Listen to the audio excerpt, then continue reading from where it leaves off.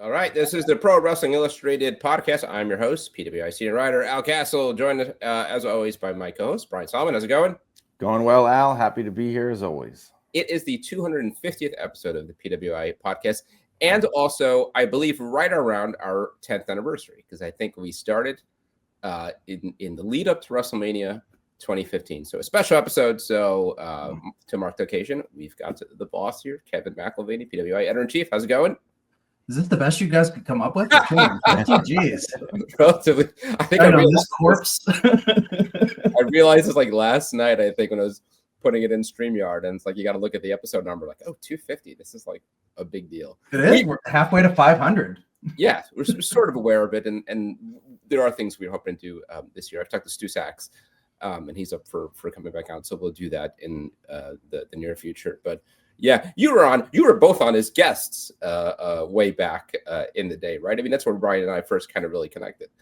Yeah, I was when you were doing it with who was doing it before? Dan Murphy. Yeah. Oh, right, Dan Murphy, right. And yeah, I remember because I was talking about all this stuff about, WWE's relationship with PWI, and I remember you guys were like, I don't know if we could use all this stuff, but we'll try, You weren't there anymore at the time. No, I wasn't, but I remember from being there, like all the times that PWI would come up, or like when Stu Sachs came to the office, or stories about Bill and things like that. Yeah. That's what's crazy. It's been 10 years. Those early days, I mean, literally, I did a lot of it on an old cassette deck. I remember having something like wired to the phone so I could record the phone calls in the house. And I remember interviewing like Craig Peters and some of the old timers that way. So yeah, I don't know if technology's improved all that much, but did you have the suction cup microphone? Yeah.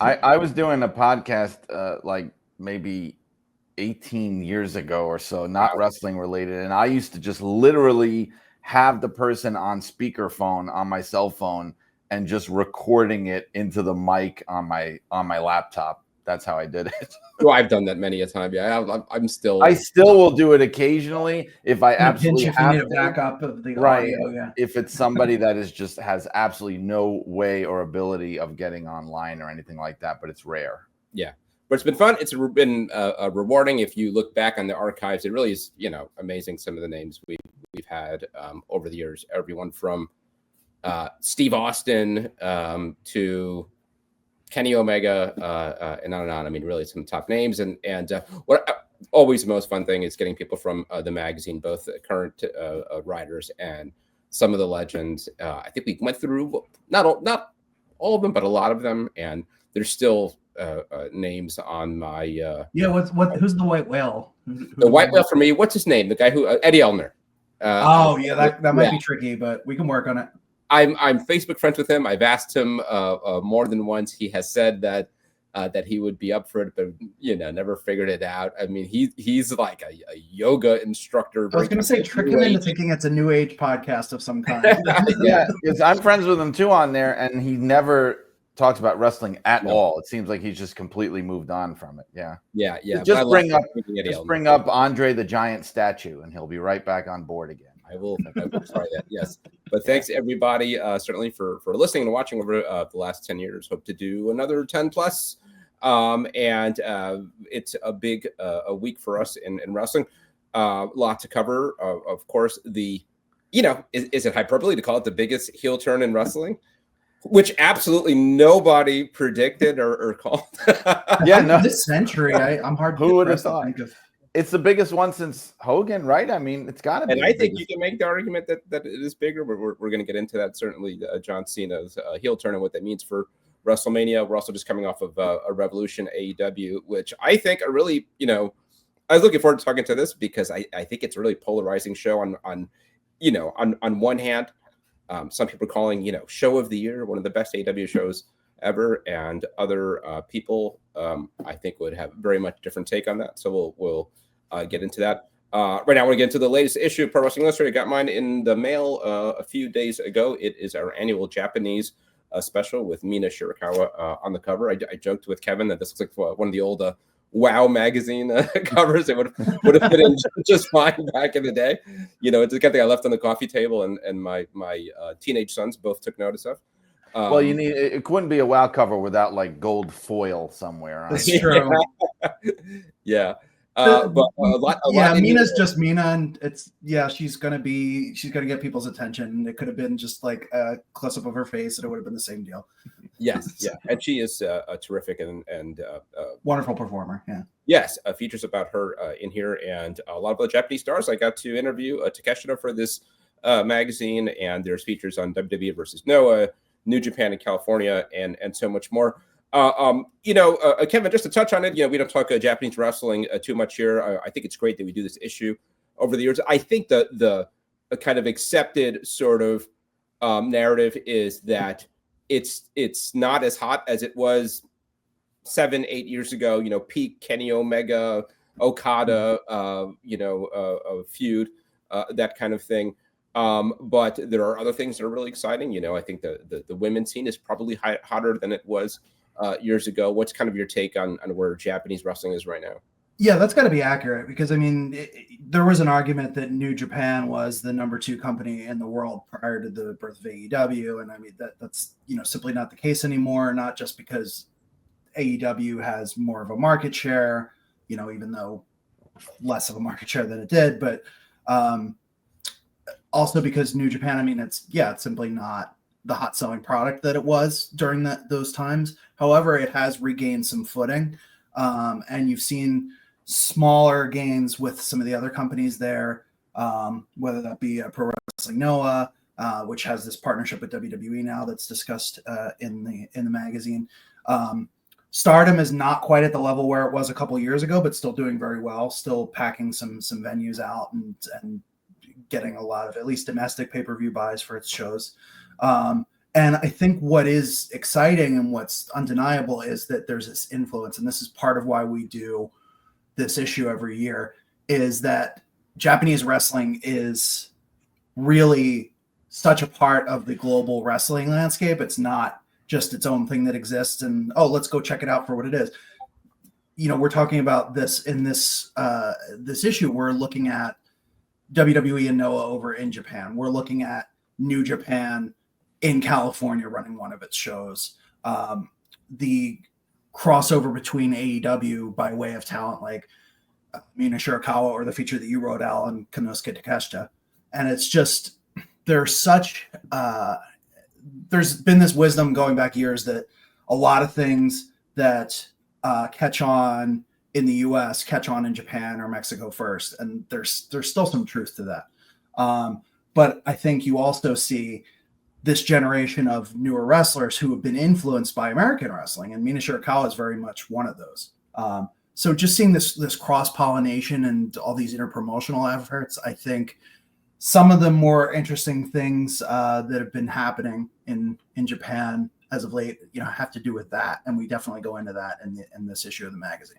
Yeah, I was at NXT at the Theater in the Garden on Tuesday, and it sort of hit me then because they headlined with Julia versus Stephanie Vaquer, and you've got this Chilean Mexican star versus this a Japanese Italian star in New York City in front of a WWE crowd, and they were as over as anybody. And WWE did a great job of building it as the most important women's match in NXT history. And again, you think back to the days, and they're still liable to do this every so often, where they would get an established star, and you needed to tear it down and rebrand it, new name, new everything. But you see whether it's Julia or Stephanie or anybody else. They're just bringing what they created somewhere else, and it works. And WWE and cool. Triple H realizes it works, and it's like, this needs no tweaking. You need to learn the WWE style and all that stuff, but they're coming over here with really polished acts. Yeah, and I think you have people were debating how well Julia and Stephanie Vaquer were, at least at first, like picking up the style. And I know some of the criticism, it appears now Julia has been injured, and that's part of why you saw this, the championship change hands. But some people at first were like, "Oh, is Julia ready for this?" And like, well, she had a little bit of trouble in that she was injured. Stephanie Vaquer, I think, has taken on to this style very, very well.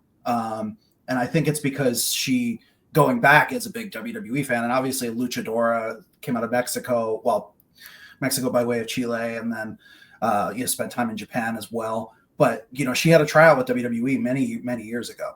You can look it up. There are photos of it. So I think this is a great place for her, and as much as it's an unfortunate situation for Julia, having to lose that championship, you have Stephanie Vaquer step in as a double champion, and that's really just a great thing for her career. I'm just very happy to see both of them overall doing well, injury aside, and how they fit in. And I would not have predicted that either would have kept their name and their presentation, but I think it's great that they did. Yeah. And I mean, overall, not to get into NXT too much, we started talking about Japan, but it is cool to see, because it feels like just yesterday was the NXT 2.0 relaunch, and remember how that went over at first, but the story always was it's going to be a building process, and I think they've gotten there. I mean, I don't know if it's still as hot as that golden era where they would pack the Barclays Center for Bayley versus Sasha or Adam Cole and Gargano, but the theater in the Garden was packed, and the acts were completely over. So yeah, and that all bodes really well for WWE and for wrestling, because it shows that they have that bench, And it is worth mentioning, just that, again, not to harp on the NXT side of it, but Julia and Stephanie Vaquer battled over the New Japan Strong Women's Championship in New Japan before this. So, I mean, this is really a case of, a lot of times when you're following these international promotions, you see things that you're going to see a year or two from now in WWE and AEW and in TNA perhaps. So it's always a good idea to keep, and I get that it's really difficult work to keep an eye on everything. So that's why PWI is here for you, to help make sense of it. And I think one of the reasons I wanted to bring up NXT was because I remember years ago where the hottest free agents coming out of Japan obviously were the men from New Japan, whether it was Nakamura or Okada or Will Ospreay or Kenny Omega. This is these were the sought after commodities, and now a lot of it is Stardom. Maybe most of it is Stardom, right? I mean, when you look at who are the ones that American promoters who really would want to go after it, it's people like Julia, and you see it in AEW as well, up and down the card. It's these are the stars that you want to get in your promotion. So yeah. Anyhow, so yeah, I'll read all about the entire Japanese wrestling scene. So much more. Latest issue of Pro Wrestling Illustrated, our annual spotlight on Japan. Get it now at PWI-online.com. You could subscribe. You could pick up the one issue. You could get back issues. Anything that I don't typically promote, that when you're listening in, you're saying, why don't you mention this? No, you do a great job. But what I can add is we've confirmed that the upcoming Supercards issue, which is not the next one, but the one after that, it's going to be another one of our XL editions, so slightly higher cover price, making it a very good idea because we have a few of those on the schedule where if you're buying them at newsstands, they're a couple dollars more, but if you subscribe, same exact price. So you get those included at no extra cost. So it's always a good idea. We try to reward the subscribers and make it worth it. Maybe one thing that's not mentioned all the time is if you sign up for the bundle that includes the digital edition, we now offer something with archive access. So in other words, you're subscribed, you can kick in the extra few bucks, and then with that, you get access to every digital edition that we have. So that's not the entire history of the magazine, but that's going back more than a decade. And you are able to, if you're on your laptop or your desktop, you can actually download the PDF. So you'll own those. It's not just, I have access for a year. Yes, you have access to the archive for a year, but you can save those, you can print them out, you can do whatever you want with them. So it's really a very, very good deal. I find myself doing that a lot, if only for research purposes, especially the ranking issues. So yeah, that's a great perk. Again, PWI-online.com. So let's talk some modern wrestling. Let's talk Revolution. Here's the question I'll put out, I guess, for Brian. Is it possible for a wrestling show to both be loaded with terrific wrestling matches and also be a terrible wrestling show? Wow, how do I answer a question like that? I mean, That's a leading question. I don't even know somewhat- which way it's somewhat leading. facetiously. Counselor is leading the witness. I object, Your Honor. I don't know. I asked it somewhat facetiously, but I mean, I guess you could tell what. I mean, the thing, I guess what I'm getting from what you're saying is one takeaway that I had from it, and this happens sometimes with AEW shows. It's like, it's not that the matches are bad, they're very good, but you wonder about the placement of them or about how they're grouped, because I think I enjoyed the show. My biggest problem with the show was two things. The main event was a mess, I thought, and it had and so that's a big problem when your main event doesn't deliver. But I thought the biggest problem was that it was following three just absolutely, all out crazy kitchen sink type matches, which may have kind of worn down the crowd or kind of like sapped their energy. Any one of those three could have and maybe should have closed the show. Like, I know it was a polarizing match. I actually liked the Toni Storm Mariah May match. I know I have a bias towards Toni Storm, from our cover story that we worked on together, but I enjoyed it. And when it ended, I thought, oh, that's your ending. Like, that's your pay-per-view ending right there. So it wasn't so much that it was a bad pay-per-view, not at all. I just thought, it's complicated. Like I'm trying to say here, like it's the way they're being laid out. There's always so much going on. So then by the time you get to the main event, people are tired, and also it wasn't the greatest main event, to be honest. But you had Omega and the Omega match earlier, which that was right before it, right? Omega and Fletcher. It was Omega and Fletcher, and then the cage match. And Ospreay and Fletcher. It was Omega. I'm sorry, Ospreay and Fletcher. I'm sorry. Oh yeah, I repeated it right after you. Omega and Takeshita. Right, Omega and Takeshita. I combined the matches. You had Ospreay and Fletcher. You had the women's title match. I mean, blowout matches. It's hard to have three matches like that on the show. Maybe, it would have been the way to maybe start the show with one of those. Sometimes we'll see companies will do that, or WWE does that sometimes, where it's like, which originally was counterintuitive years ago. Like, you don't want to start the show with this gigantic blow-away match. But we know sometimes why they do it. It's to keep those matches away from each other, right?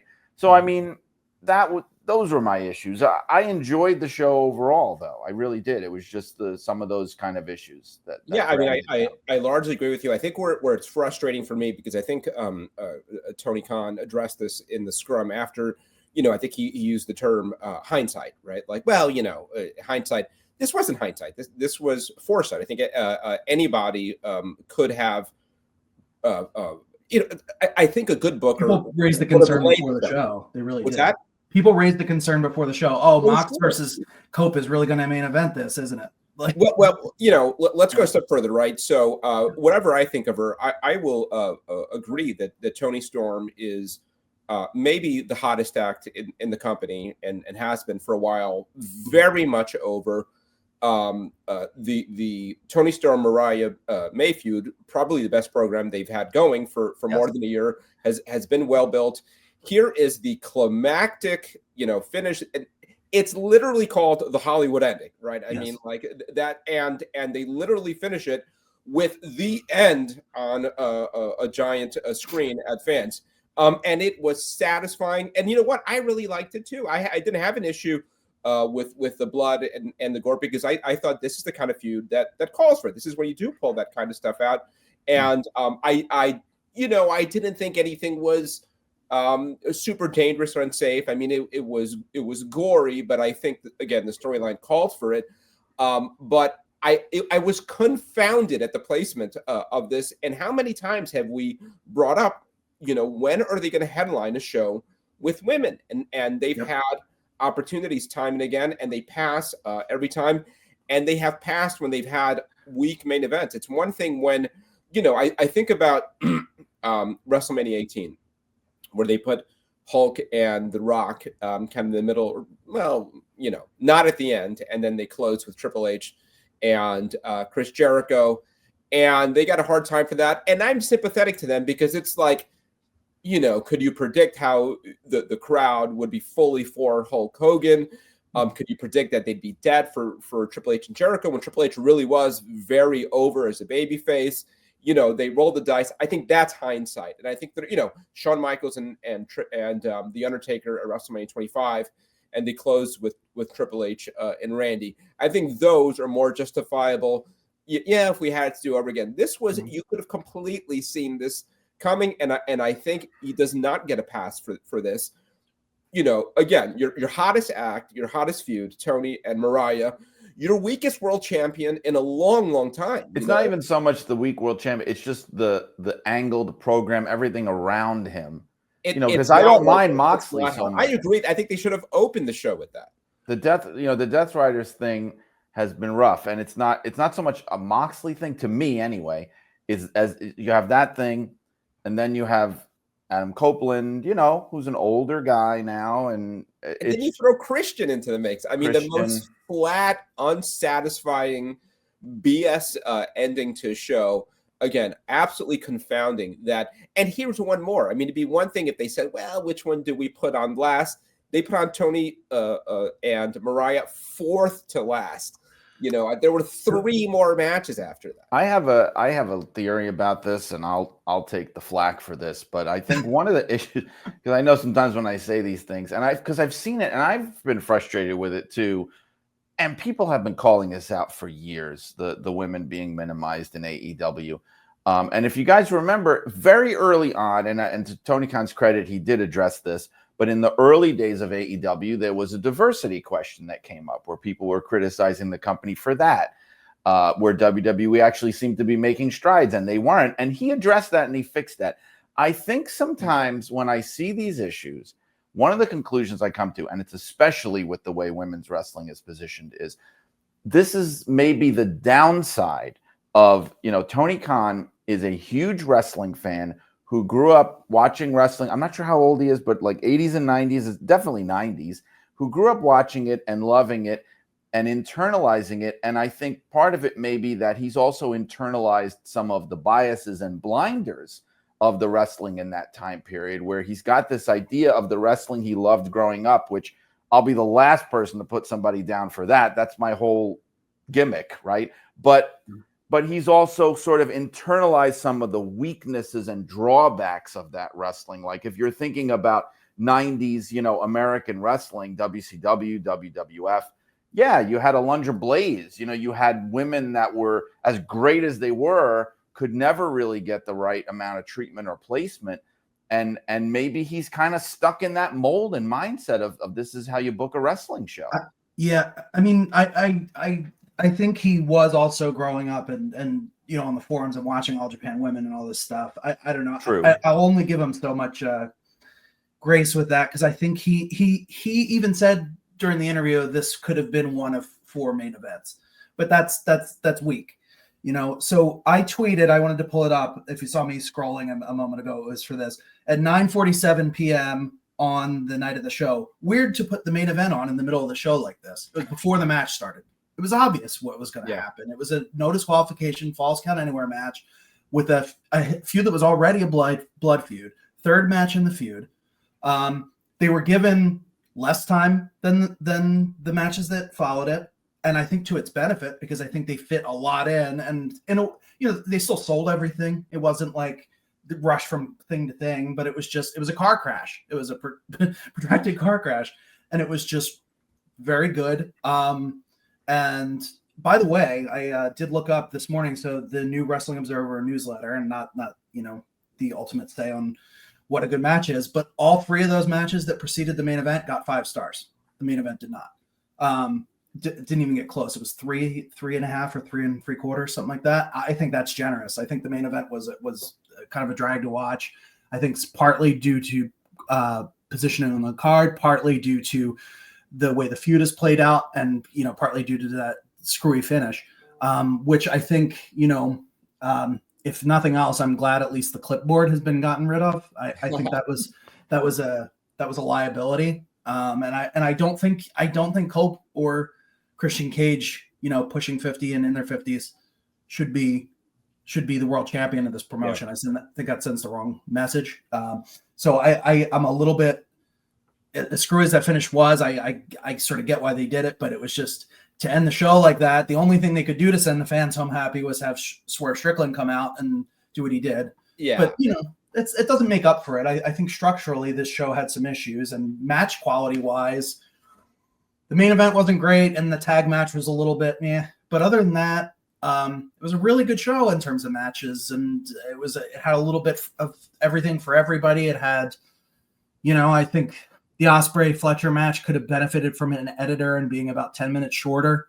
But other than that, I mean, it was a really good show, and just stuff was not ordered correctly. That's not to be like overly general about it, but I think you have an all-time show if you overlook that or if you rearrange it. But how many classic albums are there that could have been that tracks are sequenced poorly, and you'll never know.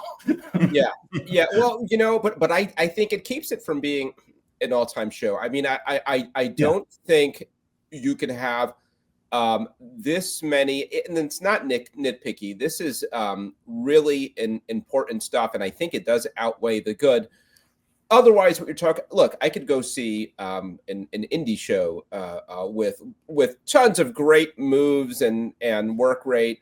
But this was more than moves, though, Al. Like, they had the storylines, like you said, the Tony Storm, Mariah May. That feud's about as good as anything else. We're working against it, and that's the thing. I feel like, and this is when you don't have a sort of holistic vision for your product. Is everybody? You talk about three matches, and were they back to back to back? They were in sequence, yeah. At 5 stars, I'd argue that's not a good thing, especially if you're not going on last. And what it tells me, as I've said, is everybody is swinging for the fences, and what that does, and that shouldn't always be your role, because when you've got Mariah May and Tony Storm having the blood feud match and a terrific match, and a match or two later, you've got Will Ospreay and Kyle Fletcher stabbing each other and bleeding more. And again, it's sort of this one-upsmanship. Like, well, we'll see your glass on the mat, and we'll do a styles clash on thumbtacks in a cage on a mat. And it's like, no, let the women have the spotlight. I mean, I think, and I think Kyle and Will is a really important blood feud too. So I don't have a problem with them having that match. I have a problem with them having that match on this show. I mean, do that next month or whatever. They could have easily blown that off somewhere else. Yeah, there's no reason. Yeah. I mean, and this is again where it takes like a holistic vision for somebody to see that and say, like, we can't have both of these matches on the same show, and then also do some pretty like dangerous stunt bumps throughout the rest of the show. And on top of that, like I was going over the card again today, and I was like, I forgot about this match. Okada and what's his name? Brody King. Yes, Brody King. Let's call him Bruiser Brody. And a 6-man match, and MJF and Hangman Page. I mean, again, it's just throw everything more.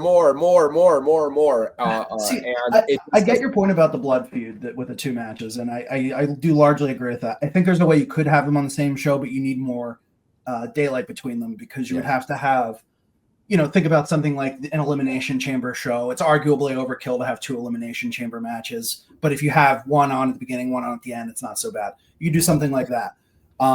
However, I don't think overall the show is too much, because I think you had a real mix of types of matches. You had this MJF and Hangman Page match where the story was that the fans love Hangman no matter what he does. MJF is bitter because Hangman has arguably done some things that are as despicable as anything he's ever done, maybe even worse, and yet the fans keep coming back and embracing Hangman. That had a story, solid storyline. You had the Okada Brody King match. Yeah, that was just, there wasn't a huge story there. That was just a championship match for a mid-card title, and it was fine. It was perfectly good. It wasn't bad, but it wasn't intended to be the best match of the show either. So, they held back a little bit there. You have the tag title match was a little bit silly and kind of out of place, but I think you need matches like that. You need matches that add a little bit of levity.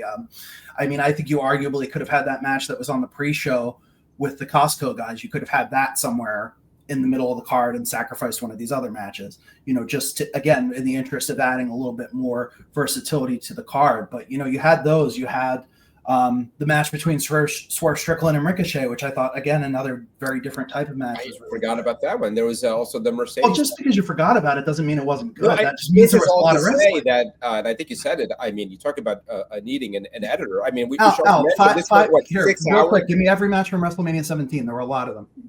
I could probably give you most of them, but it'll take you a minute, and it was an all-time great show. But it's also WrestleMania. It's also the difference between WrestleMania, and you know what? They I was there. Show for them. Are you saying they should try to make it bad? No, I'm saying that I'm saying it would have been try to make it middling. Show would have been better at 5 matches. 5 strong matches. No. Not everybody needs to book like Triple H. Not everybody needs to book 5 matches. Like there's 5 good matches. You know what? I just don't. That's what WWE's doing now. I'd be okay with 7. I think 7's a good number.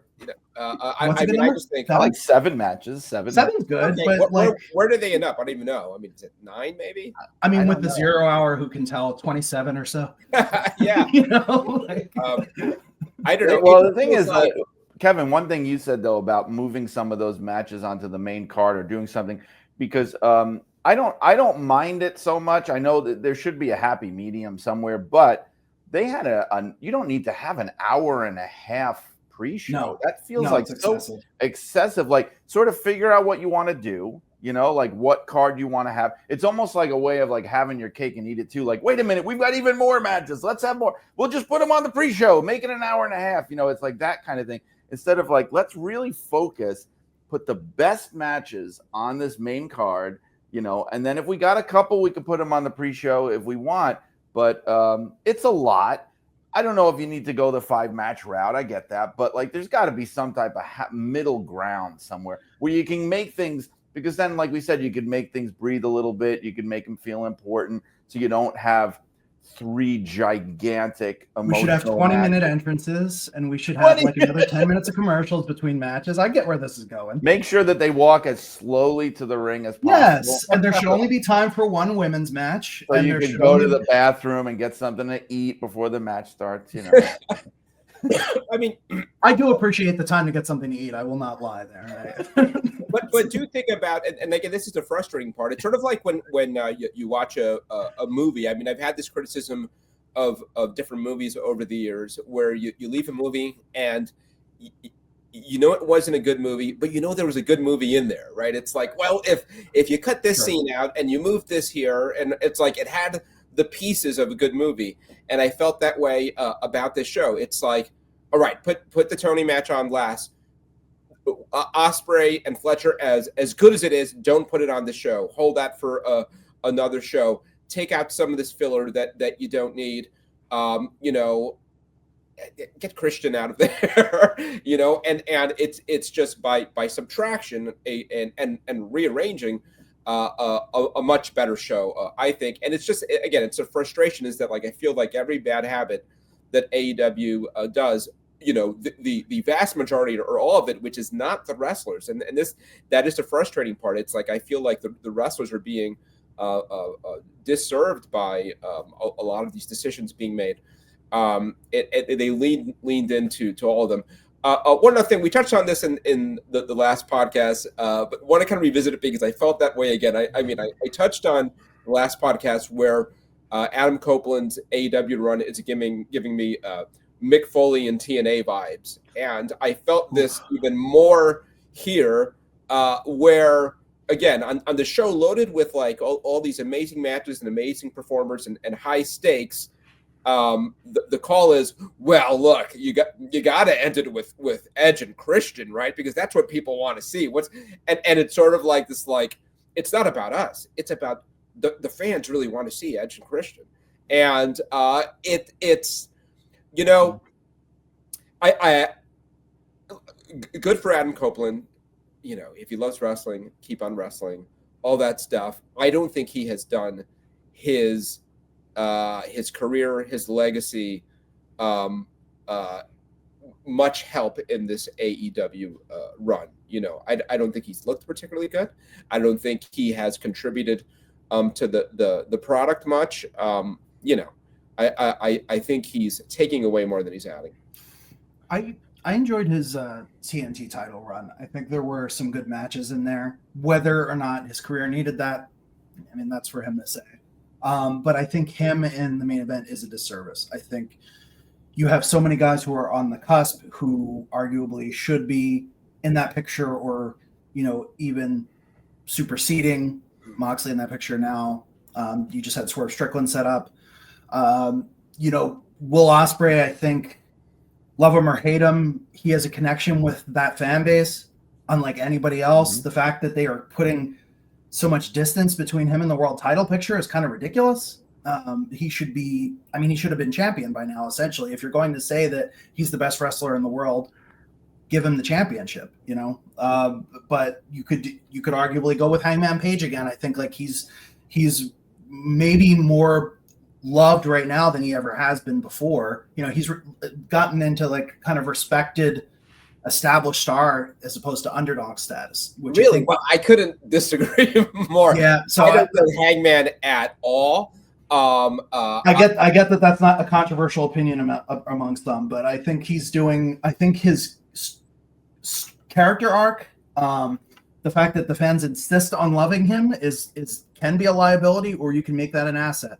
You can make that I'm not comparing him to Stone Cold Steve Austin, but it is a similar thing where like no matter what this guy's going to do, the fans are not going to hate him. I in a lot of ways, Hangman, and all due respect to the guy, I think he's a talented guy. All the diplomacy out of the way. I think a lot of way he represents everything that's wrong about AEW, and some of this. Okay. I mean, I think it is this.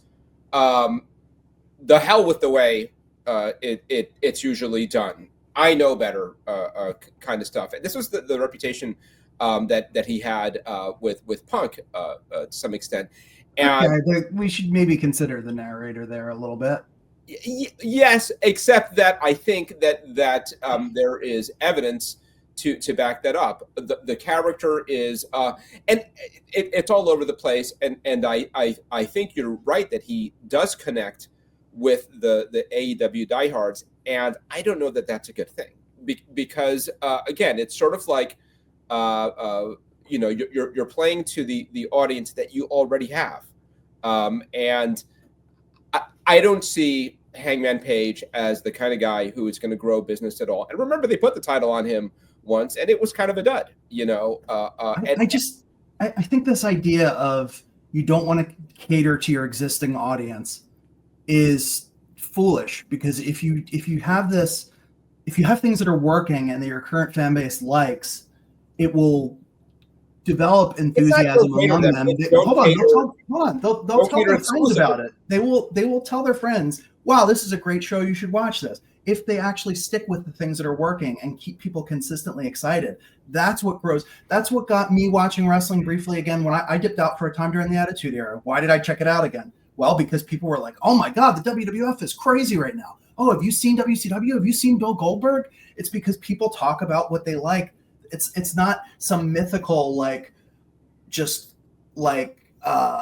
completely ubiquitous subject who's going to be appeal to the fan that doesn't even care about wrestling. That doesn't exist. Like you grow the product by having it hot, by having it enjoyable overall. And that it starts with giving your existing fans something that they really like, not with trying to imitate what another company is doing, because ultimately, if they're going to try to out WWE, they're going to lose every single time. Oh, I agree 100%. And I guess this is the kind of thing that we'll see, right? I mean, sure. Go ahead, go all in on Hangman Page, and we'll see, right? I mean, well, he's one of four. To be fair, I think you go with Ospreay.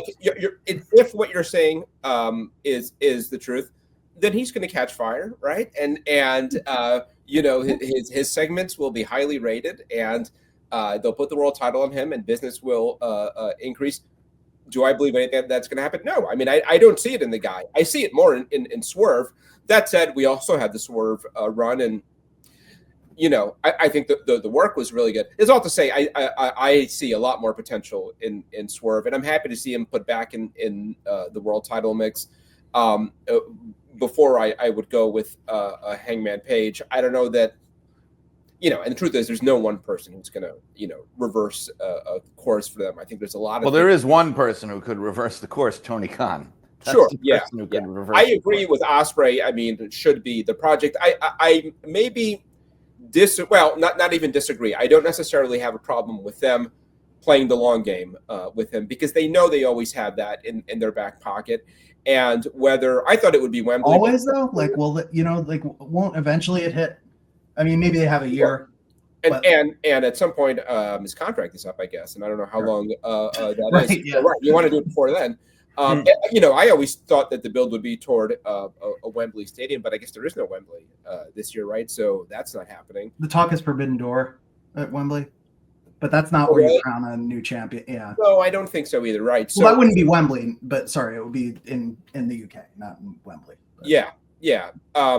But I right. I mean, I do think your point it is a fine one. At some point, it's what, or get off the pot. I get it, but I also get that like you got a guy who is so over and such a bona fide star that maybe you invest some time and resources on making other stars on the Swerve Stricklands who maybe need a little more of that push where it's like Ospreay is fine, but you're right. At some point, it's like you got one of the big stars in the world. Put your world title on. I think we could all agree it is not Moxley, right? I mean, like the Moxley thing just is not working. And it's a shame because he's had, as Brian said earlier, he's been a fine champion in the past, but it's just and I'm not even one of the people that gangs up on Moxley. I know he has. I feel like every wrestler nowadays is polarizing. There's not even a point in describing someone that way. He has his huge fans. He has his detractors. I like him. I like him as a promo. I think he brings a kind of like raw, believable intensity to wrestling, which I like, where it's not super polished. But it all goes to show that wrestling is so much about perception. That's what it is. I would venture to say even more than talent. I mean, you got to have talent, but the way someone is positioned, the way someone is promoted, the way someone is booked is even more important than talent. Not that talent isn't important.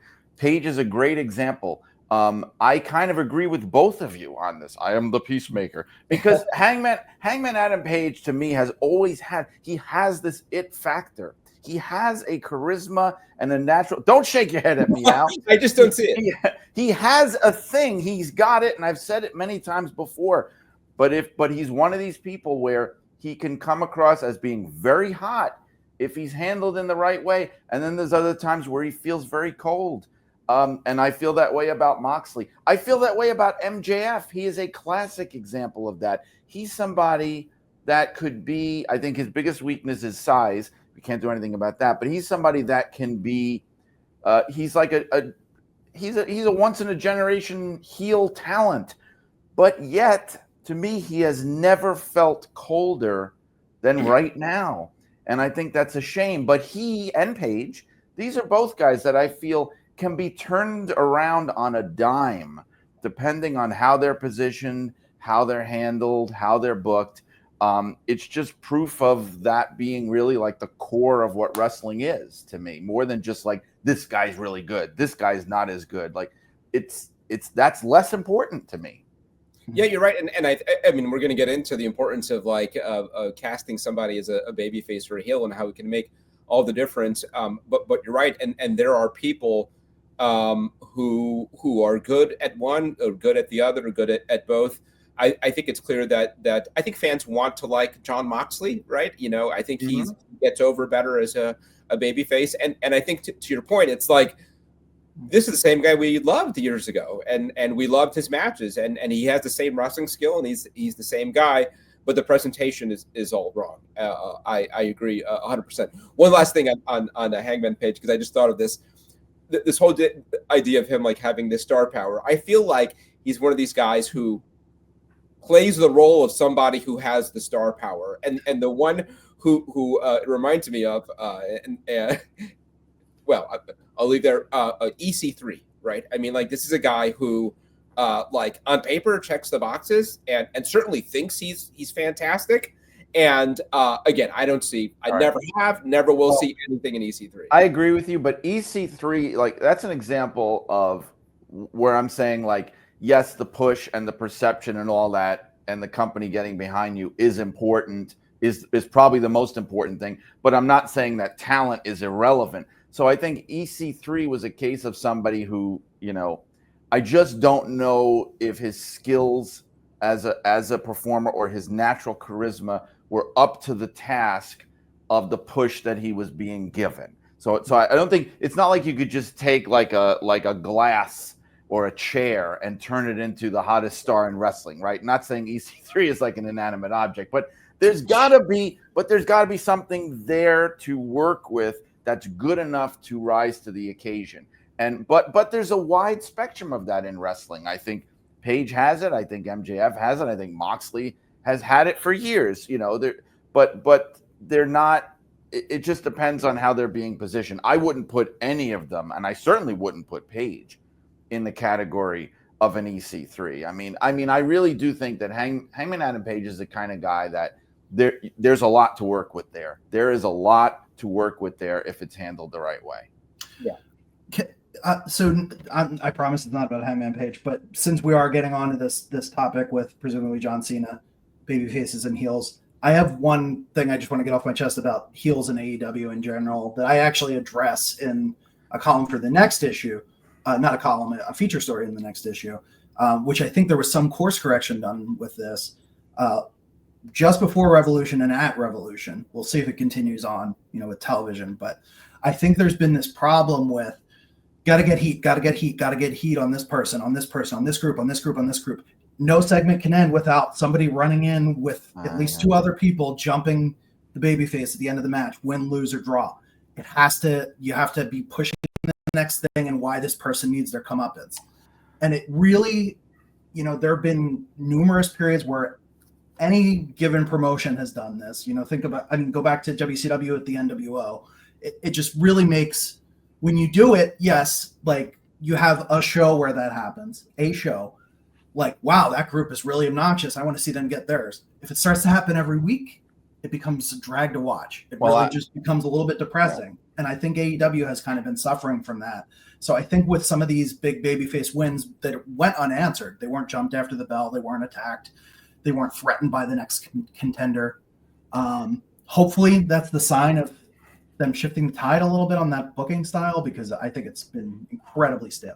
Well, I think it's a problem across both companies. I find this whole deal is there's a difference in the way they do it. I think in AEW it's worse for a couple of reasons, but maybe I notice it a lot more because I recap all these shows for the wrestling news.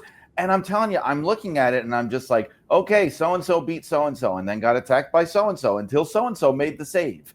And that's like every match on a show. And I'm going, geez, this is some lazy stuff to do it this way. Like, is this the only way you know how to move a storyline forward? And it's like the difference with the two companies, though, is I think in AEW, the reason why I feel like it stands out more and it's worse is because it feels sometimes like, first of all, there's less urgency to it. Like when it happens in WWE, a lot of times it's like World War III and you've got Adam Pearce coming out and so everybody's trying to break it up and there's all these false starts. Whereas in AEW, it just sort of feels like this casual, like this is what we're going to do now. We're going to just very casually beat somebody down and take our sweet time. No one's going to stop us. The announcers are sort of mildly perturbed by what's going on.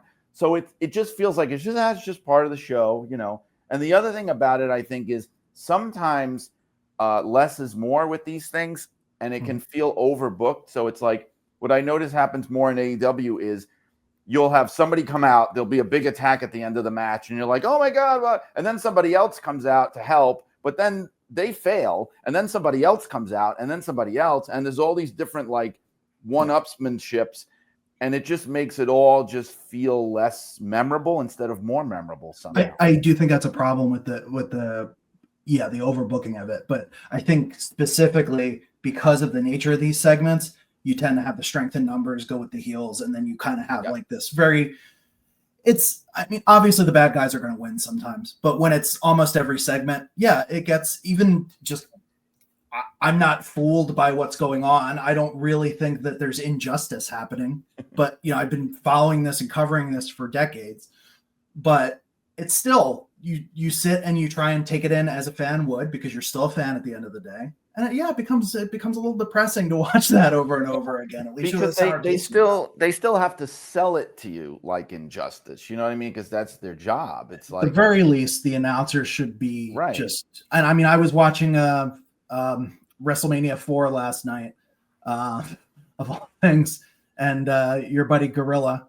And just, the least bit of injustice happens and he's apoplectic about it. Well, that's what I miss so much. And I know, whatever, I guess maybe it's passé. I don't know. Everybody's a tweener now, but I need more like outrage. Like, oh, what's happening? Like the way Michael Cole acts towards Dominic, he should be acting that way towards all the heels when they do these horrible things. Like, that's the idea. Like, that's the response. You're supposed to be disgusted instead of just like, well, that's what you got to do, I guess, by any means necessary. Like, since when?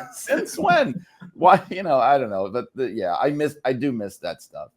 Yeah, I think with the heel factions, whether it's Moxley's group or like Bloodline, one of the problems is you certainly get a lot of heat by this idea, and NWO is probably the most famous example of like, they're running roughshod, who can stop them? And you're building and building and building, and theoretically you should be building to the payoff. But I think the apprehension by bookers is like, well, once we deliver that payoff, we've killed this group, right? And then what? I mean, then like, no more Bloodline, right? Or unless you change the membership over and over again. Like recycle it. But I mean, I think you're seeing some of this with the Bloodline now, sure, where it does feel like it's as dead as it's been in a while. And then you've got all these like talents who are, good talents and don't really have a lot for them to do. And it just feels like sort of warmed over, right? So I get the reluctance because it means closing the book on this, and what do you do with a Wheeler Yuta? What do you do with a Claudio? But yeah, I think at some point it's like, it's time to move on, clearly. All right. Speaking of which, right now, Al. Yes, exactly. And you mentioned being a Wait, one more. No, let's talk about the star of Peacemaker, John Cena. Not to be hyperbolic, but truly, we're sort of burying the lead here. One of the most seismic wrestling angles in a long time. And I was joking, nobody called it, but you got to give to Brian. Not only did he call it almost exactly, but called it months ago. And I think my reaction to when Brian first pitched this speaks to why this was such a good idea and worked so well, which was, Brian, when you mentioned, the thing to do is turn John Cena heel. I was like, get the hell out of here. Why would you ever do that? It's crazy talk. But then I sold you on it. I explained it. Right. And you're like, it sounds great, but they're never going to do it. No, right. And that's the thing I want to point out too. While I love to take my victory lap here and everything, at the end of the day, I didn't actually think they were going to do it. Like, I thought they should do it. I was saying like, oh, this is the way to go, to make this work and to make it interesting and not boring, where we're all just politely applauding for John Cena for a year, like to make it really hot. But then I said, they'll never do it, because I really did think that they're never going to do it. But I'm so glad they did. No, they did. And in retrospect, in retrospect, it's almost the only thing to do, right? I mean, that's and it speaks to, again, really good booking, because,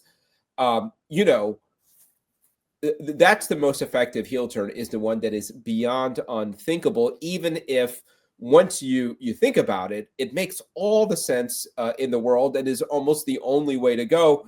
But they've done such a good job of just sort of like taking that off the table. Like, no, John Cena heel, never. That when you hear the plan is for Cody and John Cena at WrestleMania, I think everybody was sort of like, okay. I mean, it's a big deal, and we get that John Cena's a big star.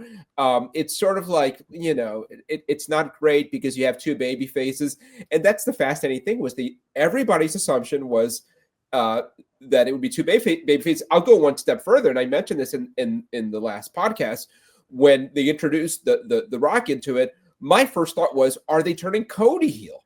You know, I think most people thought that was more likely, although I think that would have been the because it was dumbest so unthinkable that you would turn a John Cena heel, and after you spelled it out, you know, it's like, oh no, it was almost like the most obvious thing in the world, and where it really kind of crystallized for me was when they didn't do the Cody Rock segment before the Elimination Chamber match went on, because then you see all the pieces are there. It's like, okay, so Cena wins.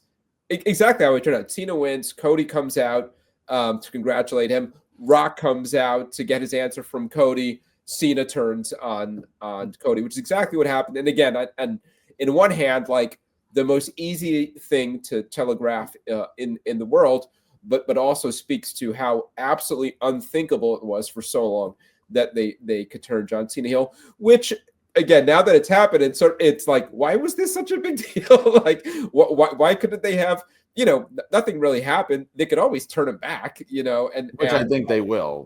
By the end of this thing, they will. I was sitting there and I'm watching the show, and you know, they're getting to the end of it. They do the Elimination Chamber. Cena wins, and then Cody comes out and Rock, and Cena's still in the ring. Yeah. And I said, they're doing it.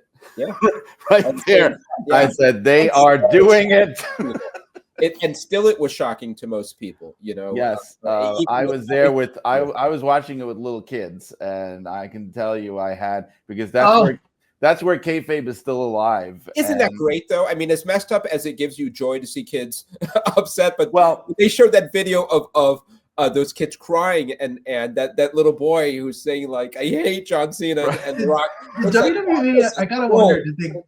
Honestly, I think it's worth it if they did. But did WWE get complaints over the F-bomb dropped uncensored? Well, I haven't heard too much about it, but that's funny, because I had, even though like it's sort of the greatest, it's the greatest moment, because you have Cody Rhodes basically telling The Rock what we all would love to tell The Rock in that moment, you know.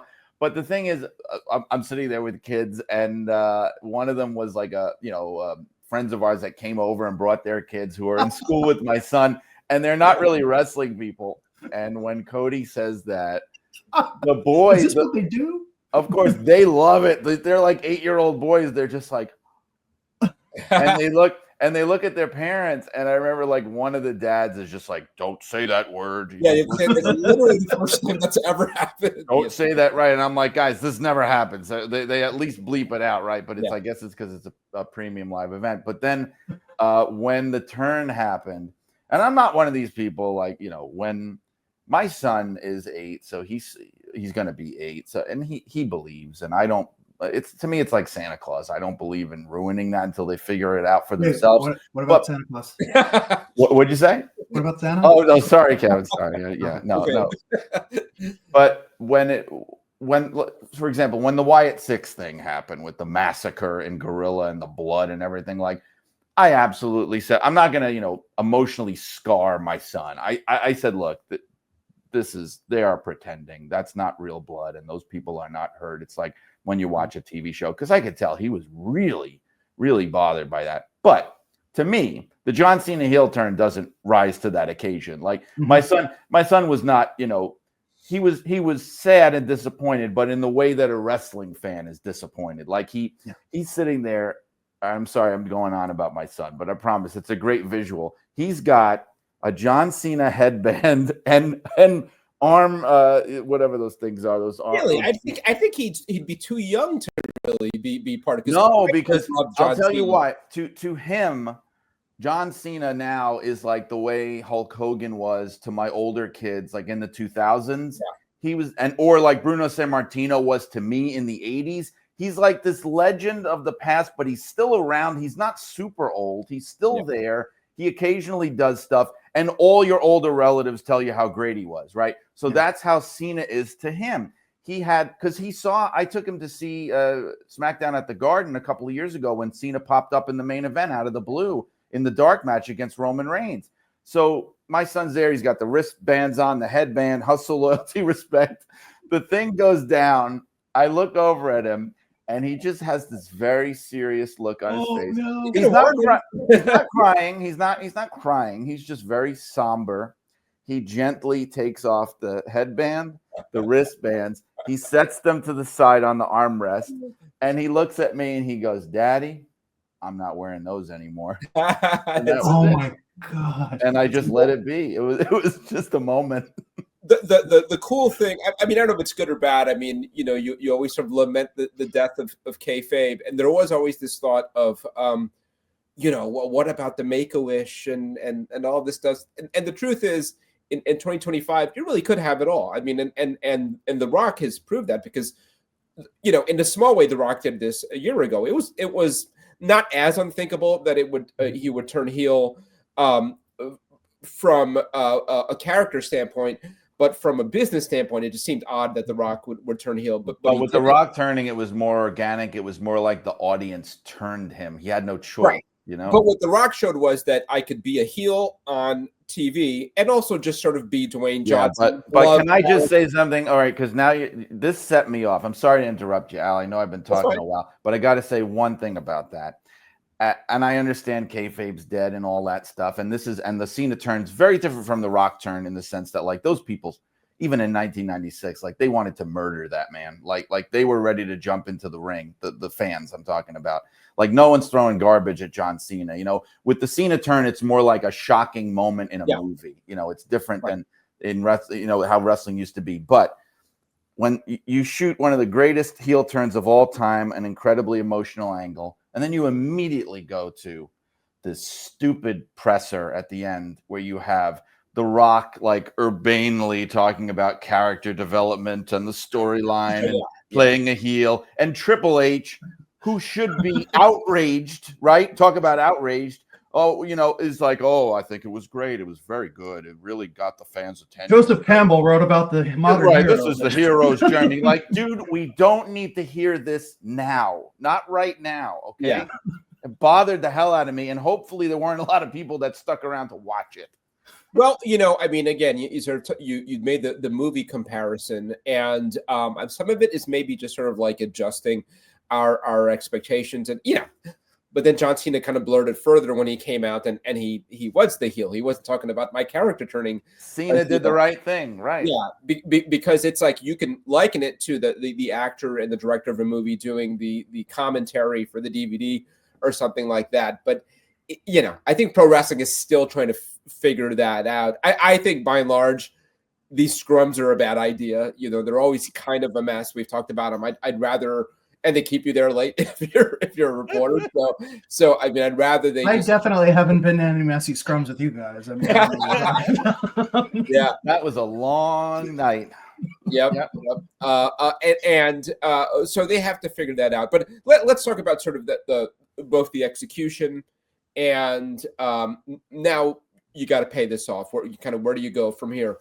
The execution of the angle on that night, I mean, I think was just about pitch perfect, right? I mean, I'd rather Travis Scott not. I don't know that Travis Scott needed to be there at all, and certainly not busting poor Cody's eardrum. I get from their standpoint, does it get on mainstream media more? Is it picked up on ESPN more or Entertainment Tonight if Travis Scott is somehow involved? But he didn't really contribute anything. But everybody, I thought, played their role. The Rock, Cena, Cody. Kevin, do you have any issues with The Rock being at the center of this so much? I mean, in some ways, this kind of happened last year too. Does he, do you run, maybe it's nitpicky, do you run the risk of him sort of bigfooting the actual wrestlers, the ones who have to deliver that match? I don't really have a problem with it, in part because I think that's what made the heel turn feel so monumental, because you had him as this focal point. Like, Cena's in the background, but you're like, oh, look at Cena cheering. You're not really. I mean, I was thinking about it because I had Brian's prediction in my head. But you see. It's like Bobby Heenan. Whose side is he on? Right. I'll take Bobby that Heenan this in a glorious way. But I think he added a little bit of a buffer to it. I think the fact that Cena is sort of like there's an expression I'm looking for and I'm missing it, but the fact that Cena's sucking up to him, for lack of a better word, that John Cena's the Rock's lackey and all this, really makes him that much more despicable after all these years of I'm just here for the fans and nothing else, and then like I'm here for Dwayne Johnson. It's an interesting take because I'm thinking like, do you want to be subservient to The Rock? Because it you know, at the end of the day, it's Cena that's got to sell those tickets, right? I mean, you have to be interested in seeing Cena versus Cody, and I think WWE has worked so hard, especially in those 2 WrestleManias where they wrestled each other, in putting The Rock and Cena on kind of a level playing field. They're kind of equal level stars, and Cena kind of deferring to The Rock, you know. I think that does feed back into him eventually becoming a babyface again. Yeah, it gives him a reason to go back. I don't mind The Rock so much because I think part of this is the realization from last year, especially that The Rock needs a proxy. Like he can't really do it anymore like he used to physically. Like we saw that match last year where all of a sudden it just turned into like no count out because it's easier to just throw garbage at each other than have to work a match in the ring. To be honest with you, I think it's also become pretty clear even that Cena has lost a step or two. So maybe it helps to have them kind of cling to each other. I also think it helped, but I do think it helps the story too. We talked about it when we were theorizing that Rock and Cena have a history. So, you know, maybe you kind of have it that way. Like Cena came around to Rock's way of thinking. Now he's Hollywood too. Back in the day, he was idealistic. He crapped on The Rock. He thought he was a sellout. I was wrong. Rock was right. Now I understand. Now I'm making the movies. Now I'm making the money. Now I'm the part-timer. Rock was right. You know what I mean? So I think it adds something to it. Where do we think, or how do we think John Cena will play this character in the coming weeks and months? As we're recording this, he hasn't been on television. We haven't really gotten his explanation yet. I guess he's going to be on Raw on Monday with Cody. Kevin, what do you assume the story is going to be, and what should it be? I mean, what is the way to present this character properly? Yeah, it's difficult because I think not having seen John Cena as a heel in so long, he can't just go back to the original way he played it and just. I mean, part of me wants to see that, like him come out and do. Yeah, I don't actually want to see him do a battle rap, but I think it's going to be what you would expect. I think it's as Brian said, he's fought for so long to earn the respect of fans, and like, what has it gotten him? At the end of the day, he's still beaten down, broken. He feels that he can't go like he used to. He's heard the rumblings that he can't go like he used to. He's sick of doing everything by the book.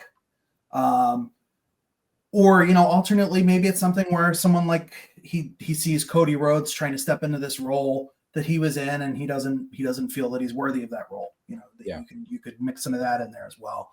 That's how I see it going. Who knows?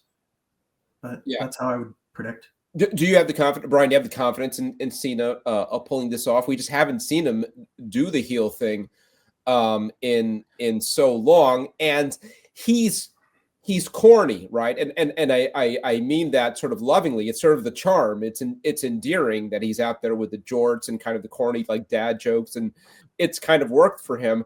I don't know how that translates into. I don't doubt that he can't do it.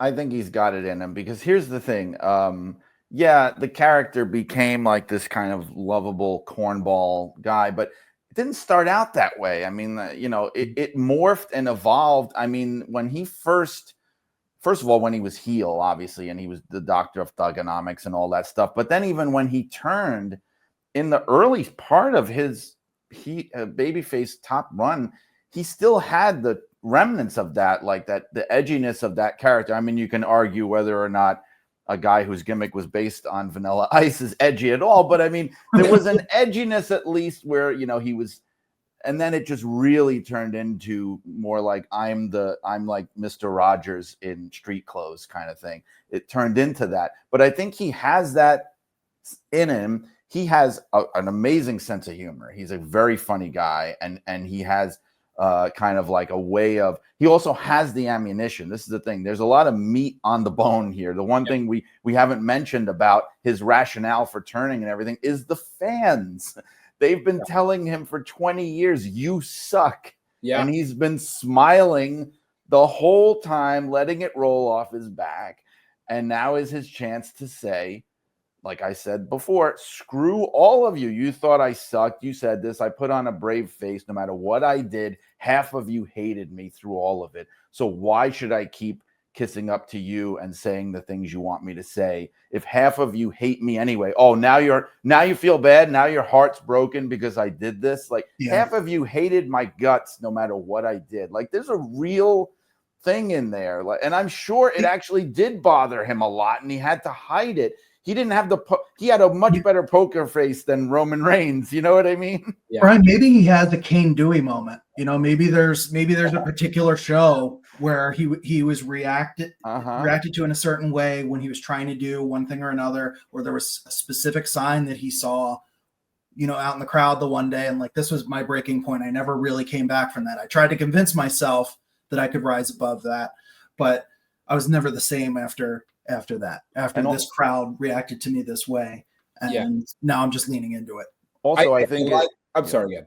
No, I was going to say one thing you might want to do, and I'm hesitant to say this because by the time the podcast comes out and everything, there's not going to be much time to when Cena actually does show up on TV. And we'll get this out today. It'll seem dated, but I will say, like, the way I would do this is it needs to be dramatic. Like I really think they want to they should think about like totally different music, a totally different look to him, everything. Like maybe he's dressed in a very corporate way, like he does on those insufferable documentary interviews where he has like the scotch in his hand. Like it's ridiculous looking. Like, why would you do that and think people would like you? Like, come out like that, or we joke about the balding, shaved head, maybe something really drastic and not just look and sound like the same old guy with the same music. I suspect he will too, because he said something on an interview with Chris Van Vliet. I forget how long ago this clip was from, but he talked about at one point there was a plan for him to turn heel and it got scrapped. Yes. And he had singlets made up because he thought what could be more different from the way I normally dress, a singlet as opposed to like a low cut singlet. I think he said he had a new theme song recorded. He was going to be about basically flipping everything he did on its head. So he would not want to hustle anymore. He wouldn't want to work matches. Yeah. He'd want to do the bare minimum. He would be disloyal, disrespectful, you know, really just kind of like Shadow Realm John Cena. I hope we get to see that, honestly, because that sounds fun to me. Yeah, I worry a little that it's really just going to be this whole idea that I'm sold my soul to The Rock and he's going to get me like big movie roles and stuff like that. And it could be all of it. It could be some hybrid of all of it. And I also am concerned, as great as The Rock was last year leading up to WrestleMania, you could tell that at some points he kind of wanted to have his cake and eat it too, where he would heel on Cody and Cody's mother and all that stuff, but still be proclaiming his love for the fans and all that stuff, where I really do think Cena needs to be all in. He needs to, I'll give it to Hogan. I mean, it's what Hogan did in 96. He just crapped on the fans completely. I mean, he completely abandoned them. And because Cena always had that connection, and I can keep doing your Make-A-Wishes, all that stuff, that's fine. But at least when you're on TV, I do think he needs to be a real dirtbag and a scumbag. As far as where we go from here, does John Cena win the world title at WrestleMania? You know, typically they like to have the send fans home happy, with some exceptions, notably a couple of years ago when Roman beat Cody. What is the story you tell here? Does he not win it and then he finally wins it after he turns it back babyface in kind of a redemption arc? I sort of assume he wins it. You have Cena as the dominant heel in a lot of sort of dream matches throughout the year. And then I guess you revisit Cody down the line, loses it back to Cody on his way out, and shakes his hand, turns babyface, whatever it is. You know, I was kind of thinking that too. I think the way to go with it would be, and this was part of the plan that I had laid out, was you have him win it, because then it's this incredible flip. You turn this moment, right? He breaks the record. It was supposed to be this feel-good thing. John Cena, the greatest of all time. And now it's more like, no, we don't want you to break this record. Yeah. And oh my God, we don't want this. We thought we wanted this. We don't want this. And then it becomes a reign of terror with him talking about I'm the greatest of all time. You get the most out of that, and Cody does get it back. Yes, I would like to see Cody get it back, Yeah. Even here, a Flair put something out there saying that he'd do anything to stop Cena from winning it. So let's hope that does not involve. Well, he's still under contract to AEW. Yeah, so I guess it can happen. Because I mean, Flair would jump at the chance. I'm sure one last WrestleMania Blade job, getting it beat down by John Cena. No, I mean, it's ideally in a perfect world, yes. I just don't know if in reality. And I love Flair more than anybody, but I just don't know at this point. Yeah, I don't think and he's got the history with the Rhodes family and everything. I get, it makes storyline sense and everything for him. Yeah, but after what happened in his last match, I don't think any physicality for him is a good idea at this point. And the stuff with and his stuff in AEW with the Sting match and everything, where it just felt like, why, to me anyway. Yeah, Kevin, do you think he wins the title at Mania, Cena? I do, and I hope so. I think it will. There's nothing wrong with having Cody's reign be interrupted with him having multiple reigns. He will still be their top babyface. It's not going to ruin him. I think if this were much earlier in the reign, it'd be a different story, but a solid year into it, no. A year, right. Yeah, that's a long time. We forget because Roman had it for 4 years almost, but a year is a long time. You don't allow it to be like that. Yeah. Yeah. And how do we fill his year? I mean, I guess there's no shortage of Cena's matches. Yeah. I mean, there's I think you do a Punk program, right? I mean, one last Punk program. Another Roman program. But is Cena winning all these matches? I guess. Is he beating all these guys? I mean, if the idea is to get it back on Cody, I think it would make the most sense for him to get that revenge. He's evil Super Cena. It's like Superman 3, when he turned bad. Yeah, it's exciting. I mean, you got to give it to them. Like they've. Yep. And I was again sort of lukewarm on where they were going, and now it's like, yes, this is very much a WrestleMania main event, and you're welcome. Big one. Yes. Yeah. Thank you, Brian. When I was watching the awful scrum, and Triple H said nobody predicted this, and I'm sitting on my couch going, I did.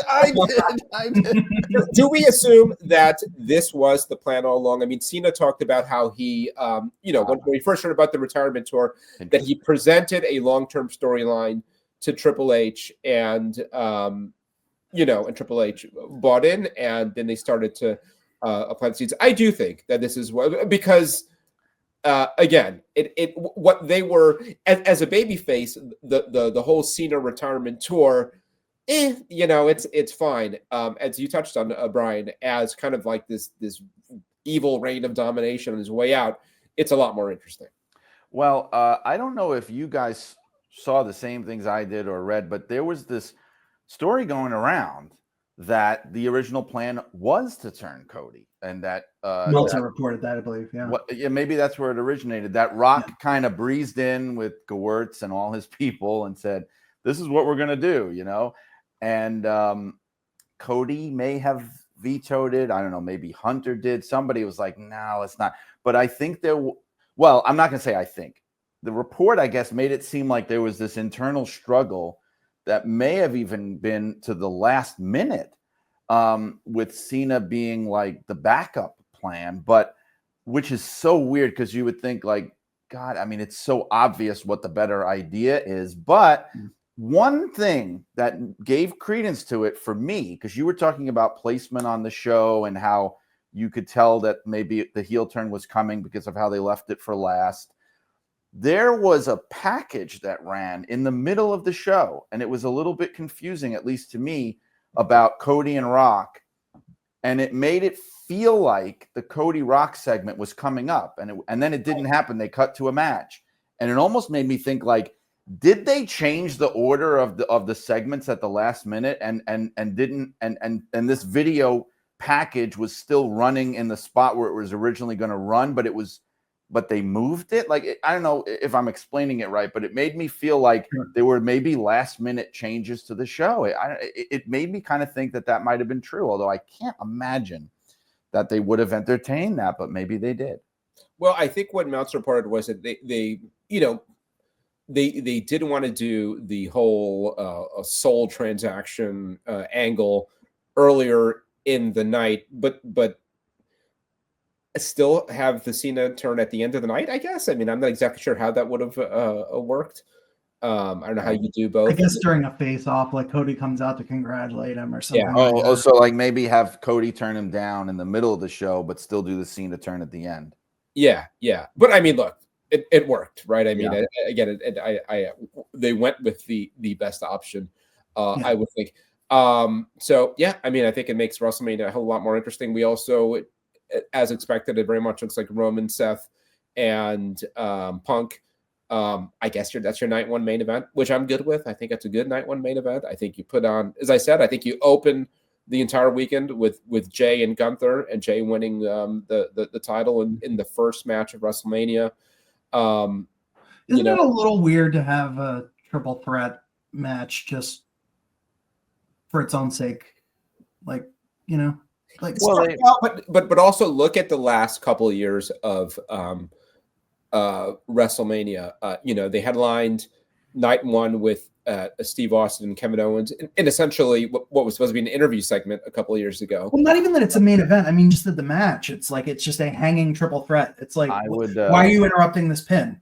I mean, I think they've like, will they add a number one contendership stipulation in there? No, I think they've done, and maybe this is what you're about to say, Brian, but I think they've done a good job of creating a true three-way feud where everybody hates each other.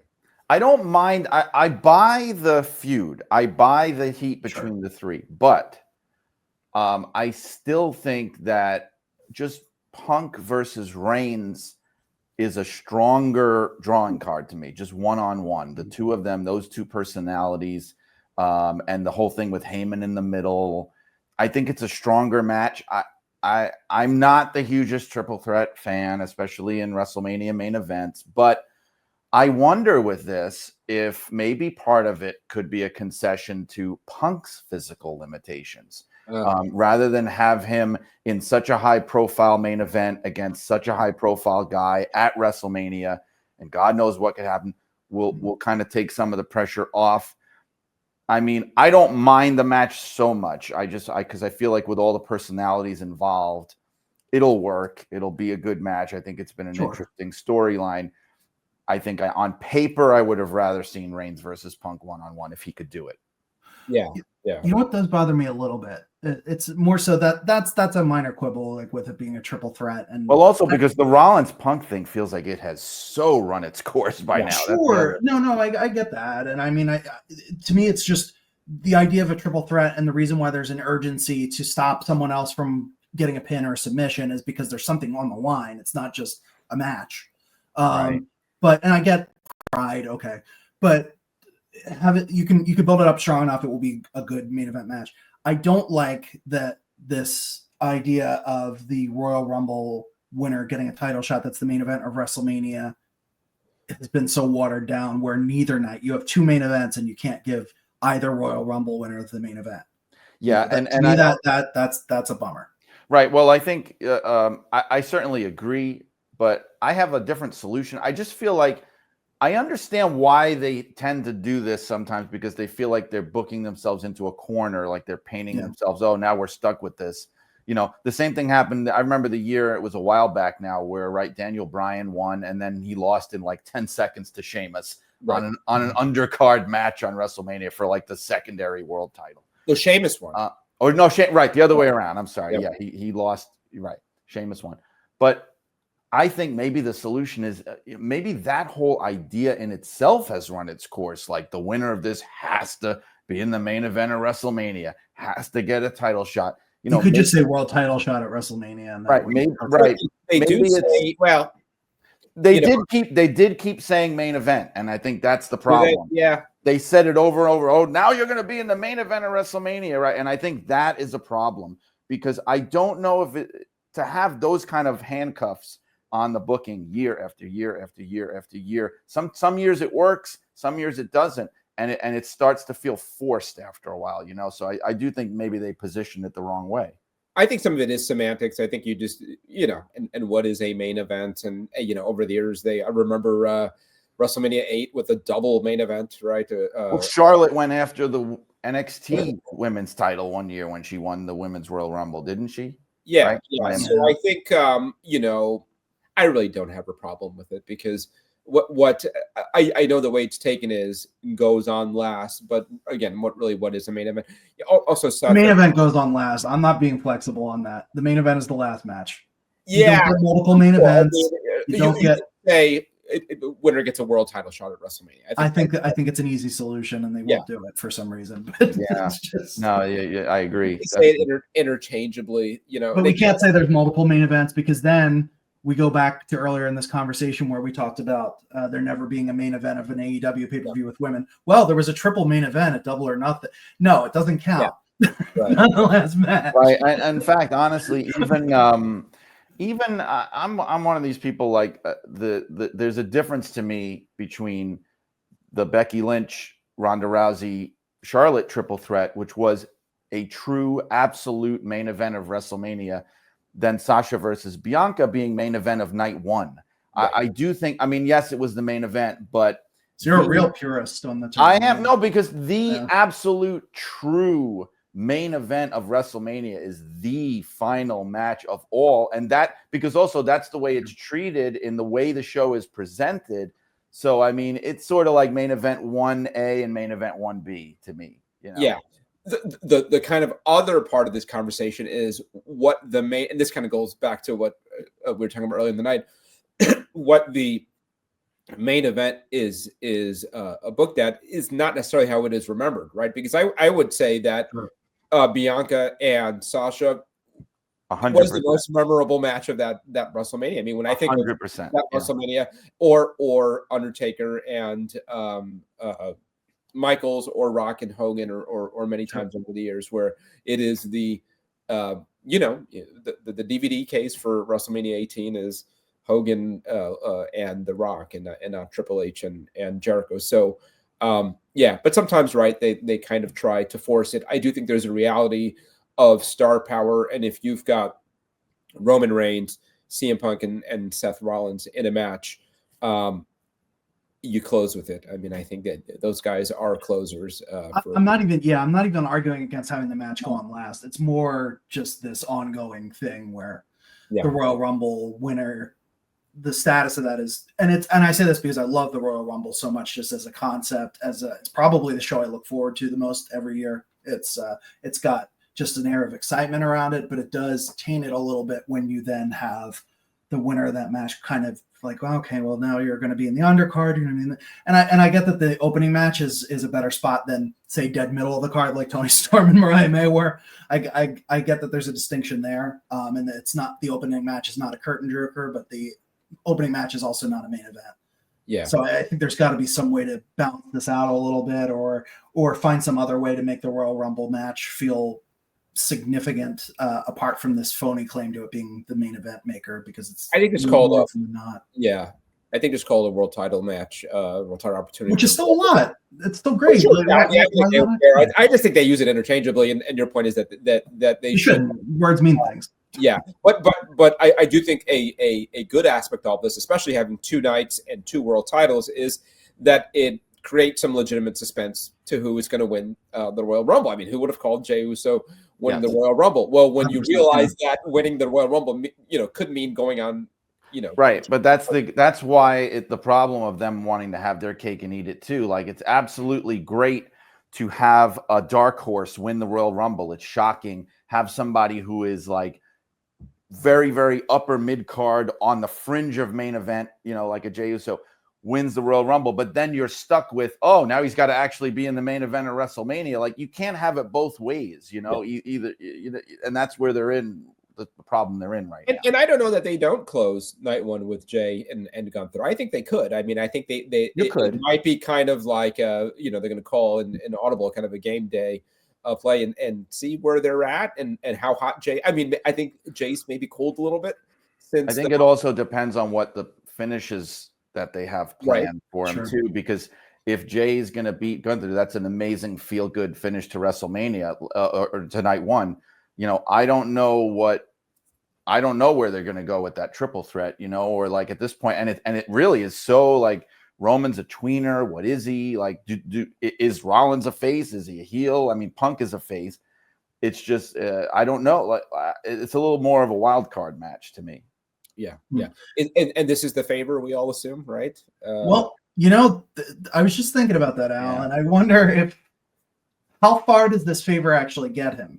Does the favor extend to, can Paul Heyman call in a favor for night 2? Yeah, well, the favor could be get me in the favor could be get me in the main event of WrestleMania, that, and I'm going to finally get my main event that he's constantly never ending talking about. Yeah, I assume that is, yeah. So, but it's looking good. Yeah, I mean, the closer we get to it, I hope plan to be there. I don't have tickets just yet, but I think I will be in Vegas. That's the plan. So very much looking forward to it. All right, guys, we've got a while here. Thank you so much, as always. Kevin, anything else we want to promote before we get out of here? PWI-online.com to buy the current issue, buy past issues. We have bundle packs, sir. We just reduced the price on those because we just thought it'd be nice to do. We got a lot of them. We want to move them. We don't want them to just sit around and collect dust. So, and these are not, again, like beat up old issues. No, they're protected and they are put away. So I say collect dust, but they're being kept from collecting dust because these are essentially off of the printer. Yeah, essentially they have been in storage, and are. They are like buying them off of a newsstand. That's how clean these copies are. So we're selling those, and we do have us set up now because we heard, some people were a little bit concerned about the cost of shipping, which is higher across the board. The post office has increased rates. So that's how it is. But we have a new shipping option. So if you spend $70 or more at pwi-online.com, you can get free US shipping. You just have to select it at checkout. So that means if you get a couple bundle packs and another issue, you're there. That's great. Yeah. Brian, what do we got going on? Well, I know I talk about the book a lot, Irresistible Force, The Life and Times of Gorilla Monsoon. It's in the works. I'm finishing up the final copy edit of the actual manuscript before it goes to layout. I got a late interview with Gorilla's sister, Amy, who was very sick and was not able to talk to me while I was writing the book. So I had to make some revisions and things. Unfortunately, I had to make some revisions because of his wife, Maureen, passing away. So there's that. And I've mentioned on here that WWE is working with us on photography, which is amazing. I think we're even going to get the title, the cover photo from them. I don't want to jinx it, which would be a first. I think the first independent book that they've worked with now is Keith Greenberg's WrestleMania 3 book that just came out. But mine would be the first, I think, where it would be an actual cover shot from WWE. So the publication date is September 30th, and I just continue to keep people appraised on my podcast, which is Shut Up and Wrestle with Brian R. Solomon. All good. We gotta get Keith back on here. Yeah. Yeah. I was just at his book release party a couple of days ago in the city. It was fun. He had a really nice turnout in Manhattan because I think also he'd been on Busted Open in the morning, and they pushed they had him on for the entire show, and they were pushing, he co-hosted or something. I think he did. He was telling me like I wasn't ready. Like it's a good thing I took notes. He said it's a good thing I took notes on Raw and SmackDown, so I had things to talk about because they had him on the entire show talking about everything, not just his book. Yeah, great. All right, guys, thank you so much for doing this. Thanks to all of you for tuning in for 250 episodes, 10 years, and we'll be back soon.